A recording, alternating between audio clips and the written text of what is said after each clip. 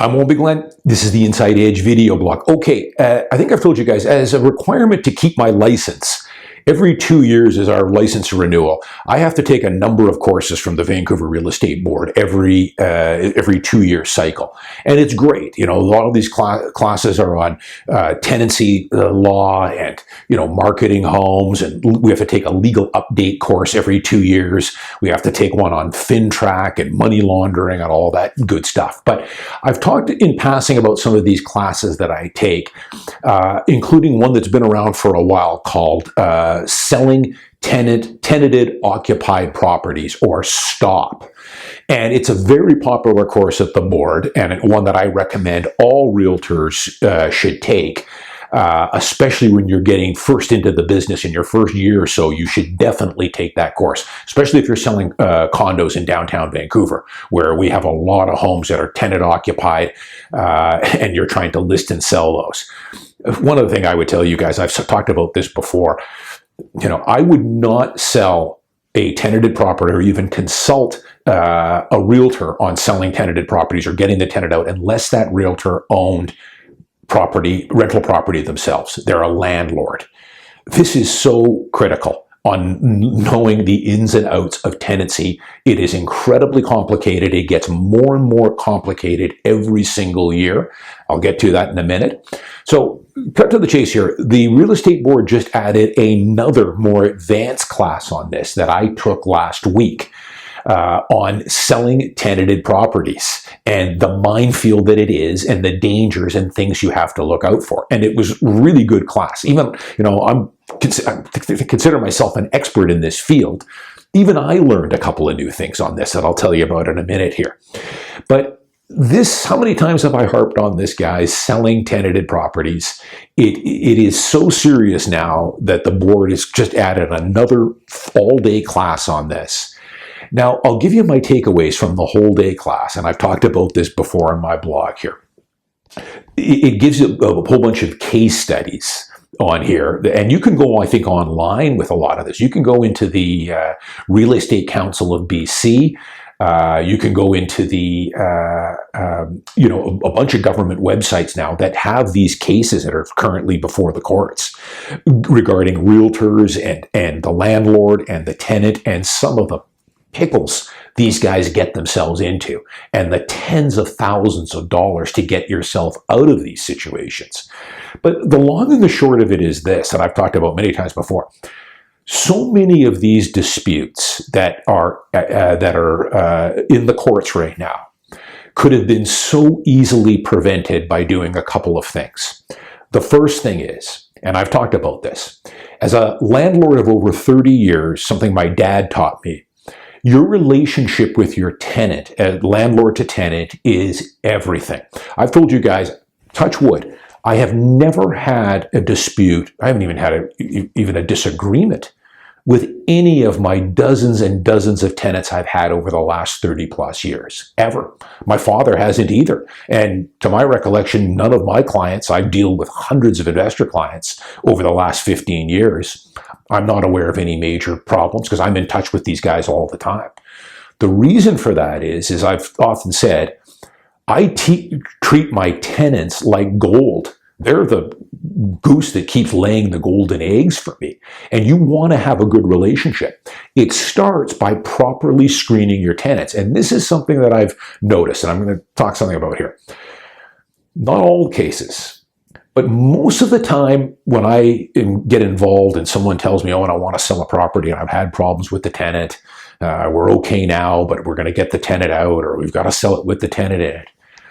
A lot of the times these disputes these people are not managing the property themselves. In some cases they can't because they're out of town, so you have to use a property manager. But in some cases, you know, they are managing the property and they've gotten themselves into a pickle. But a lot of times they are disputes because they've been run by a property manager. And I'm not saying all property managers, but all property managers are not created equal. Some of them do not do their due diligence in getting these tenants placed, running credit checks, following up with their employer, their past landlords, and all that other good stuff. They just want to get the place rented quick, which is a mistake. So a lot of times the disputes that I see, the majority of them actually are run by a property manager as opposed to the individual landlord running their own properties, which is what I always recommend. I've got some clients that use a property manager, and I'll refer them to a couple of good ones I have here. But I always tell them that nobody is going to do as good of a job of running your property as you can. And it's not that much work. The first one is the most difficult. You can go back into my archives. I've done tons of blogs on managing your own properties, all the steps you need to take. But I would never let anybody manage any of my properties. I'll sell my properties when I retire before I would turn them over to a property manager. That's just the way I feel. I don't want to pay them 10 or 12% every month for doing virtually nothing. I've got tenants that I haven't even talked to in several years. So, managing your own properties is key, and taking the proper precautions here. And I've done blogs on this.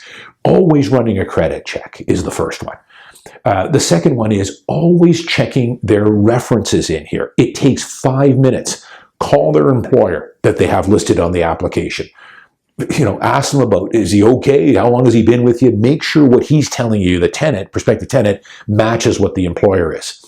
Always call their previous landlord or their current landlord and ask them some questions as well. A little trick you can do here. This one is one that I picked up a long time ago because, there are a lot of tenants that will put down fake landlords. Their buddy, and they'll tell the buddy, hey, if somebody calls, tell them I'm your landlord. So what you always want to do, a little quick one I'll give you guys here. You call that previous landlord and say, hi, Jack, my name's Owen Bigland. I'm a landlord here. I'm getting ready to rent a property to Steve Smith. He tells me you're his current landlord. Yeah, I am. So what was the property that he was renting from you? That's all you need to ask. What was the property he was renting from you? Now, hopefully he'll be able to tell you right away, he was renting, 520 Davie Street. Okay, good. Yeah, that's what I had here, unit 806. Perfect. If they stutter in any way, I don't know, property he was renting from me, it's fake. So just a little screener there that you can use. You got to be careful these days, guys. But always call the past landlord and the employer. Do your due diligence. Always run a credit check. Get a beacon score. These are simple things to help mitigate your problems down the road.